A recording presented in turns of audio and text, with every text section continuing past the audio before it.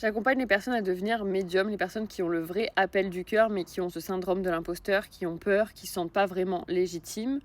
En fait, toutes ces personnes-là, elles consomment énormément de contenu sur la médiumnité, ce qu'il faut faire, les petites astuces, les petits rituels, la petite bougie à faire, la petite prière à faire, etc.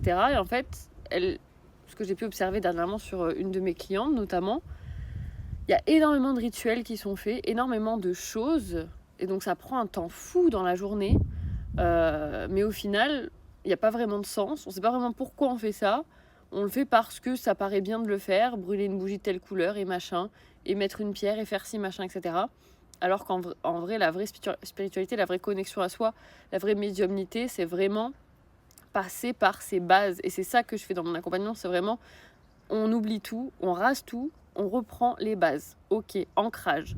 Tu maîtrises l'ancrage, OK, maintenant on va faire une bonne protection. OK, tu as une bonne protection, maintenant on va faire le voyage intérieur. On va aller dégommer en toi tout ce qui est bloquant pour ouvrir tes capacités, ce qui sont tes peurs, tes croyances limitantes, les choses qui te bloquent et qui t'empêchent de faire pleinement confiance dans tes canalisations et dans l'ouverture de tes canaux.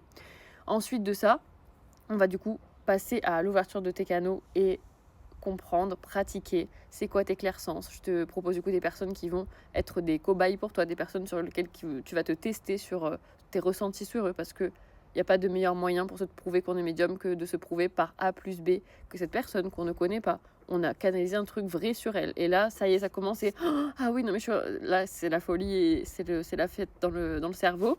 Mais avant ça, il y a tellement de choses à faire, mais en fait tellement de choses à faire très simples. S'ancrer, aller dans la nature, avoir une bonne protection, savoir du coup aller en soi quand il y a des choses qui vont pas pour les libérer, être dans un bon mindset, avoir des belles vibrations bien hautes. C'est ça en fait. Et du coup, tu te sens assuré, tu te sens prête, hop, tu ouvres tes capacités, hop, tu es dans une réceptivité, tu reconnectes à ton abondance. C'est tout un cercle vertueux vers, ok, quelqu'un d'aligné, qui a ses capacités ouvertes, qui a pu du coup se faire confiance et qui du coup est un arbre bien implanté dans le sol, bien solide, qui sait ce qu'il fait et qui est prêt du coup à partir accompagner des personnes. Voilà, moi c'est ce que j'adore faire et c'est vraiment mon leitmotiv, genre je fais éclore une lumière, j'aide à faire éclore une lumière qui va elle-même faire éclore d'autres lumières et je vois trop ça comme un arbre scintillant magnifique avec que des branches qui s'accumulent et qui se projettent sur les autres arbres autour, etc. Enfin, c'est très imagé, c'est très métaphorique, mais j'adore ce truc-là de je t'aide à reprendre ta lumière, je te rends ton pouvoir et après tu vas pouvoir aider plein de personnes à reprendre elles-mêmes leur pouvoir parce que toi-même tu vas aider d'autres gens.